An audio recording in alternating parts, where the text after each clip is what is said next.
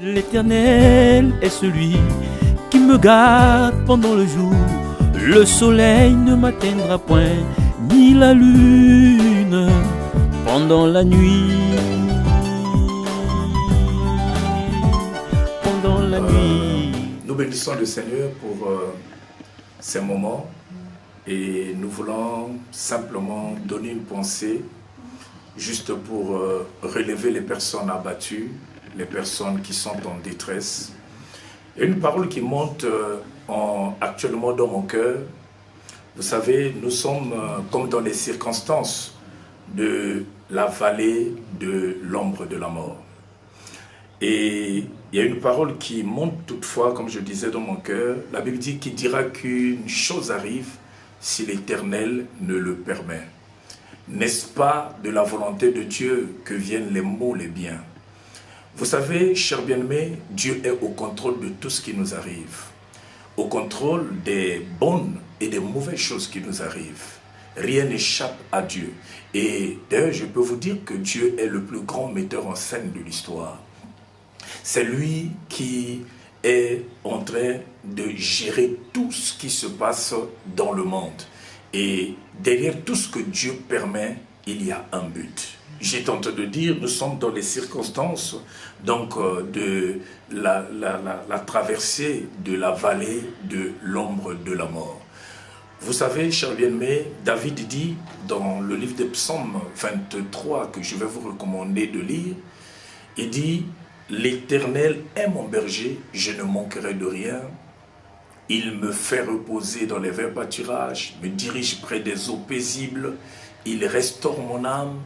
Et quand je me retrouve dans la vallée de l'ombre de la mort, je ne crains aucun mal. » Vous savez, le psaume 23, c'est une chanson.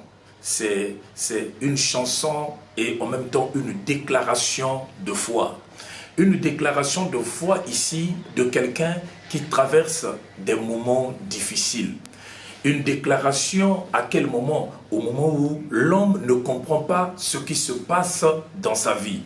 Et bien aimé, beaucoup de commentateurs soutiennent que David a composé cette chanson pendant que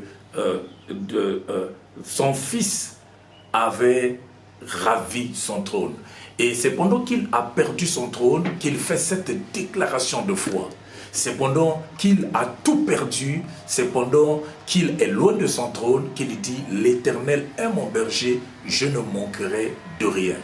Et, cher bien-aimé, c'est lorsque tu ne comprends plus ce qui se passe autour de toi que tu peux faire une telle déclaration.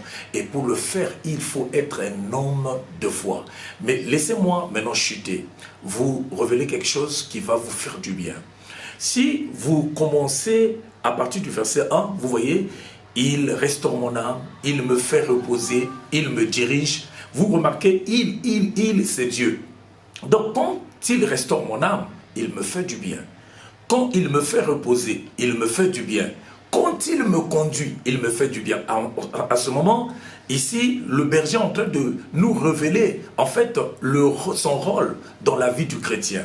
Et après juste les 3 îles, vous rentrez dans le 4e île. Donc ici, nous sommes maintenant au verset 4.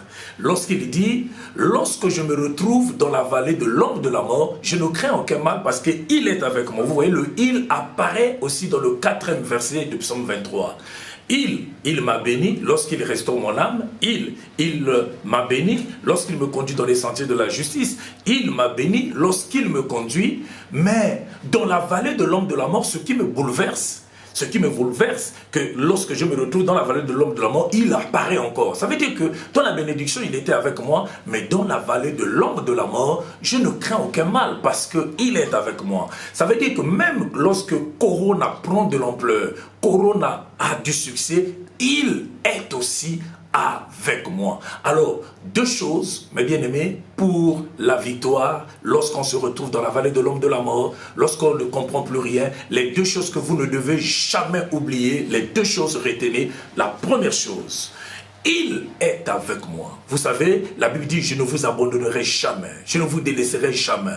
Je serai avec vous tous les jours, jusqu'à la fin de temps. Je suis venu ici rassurer à tous ceux qui passent dans des moments de peur, dans des moments de trouble, qu'il est avec vous. Vous savez, il y a des moments où Dieu permet certaines circonstances pour se révéler à nous. Vous pensez à Shadrach, Meshach, Abednego. Ils ont témoigné Dieu. Ils ont parlé d'un Dieu qu'ils ne connaissaient pas. Mais le jour qu'ils se sont retrouvés, mes bien-aimés, dans cette vallée, donc dans la fosse, dans le feu, ils ont vu se révéler cette quatrième personne. Vous voyez, les trois îles et la quatrième personne se révèlent dans la vallée. Dans des moments difficiles, le quatrième île se révèle toujours dans des moments difficiles. Et c'est le roi qui a remarqué la quatrième personne. Ceux qui sont là dans le feu n'ont pas remarqué la quatrième personne. C'est ceux qui étaient au dehors, c'est-à-dire Nebuchadnezzar, quand il arrive, il a remarqué la quatrième personne. Souvent, tu ne réalises pas que Dieu est avec toi. Souvent, nous ne réalisons pas que Dieu contrôle toutes choses. Mais ceux qui sont au loin, qui nous regardent,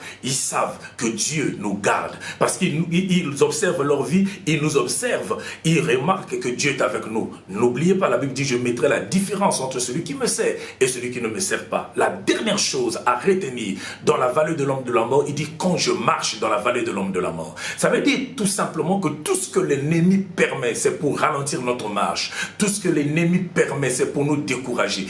Corona aujourd'hui a découragé beaucoup de peuples, beaucoup de familles. Les gens sont dans les confinements parce qu'ils ont peur. Les gens sont dans le confinement parce qu'ils n'arrivent pas à affronter coronavirus. Mais écoutez mes bien-aimés, dans la vallée de l'homme de la mort, n'arrête pas ta marche. Continue ta marche. Il a dit quand je marche. Ça veut dire que quel que soit ce que le malin peut présenter, au temps où nous sommes, il faut continuer ta marche. Continue ta marche dans la vie chrétienne. Continue ta marche dans la foi. Continue ta marche dans la prière.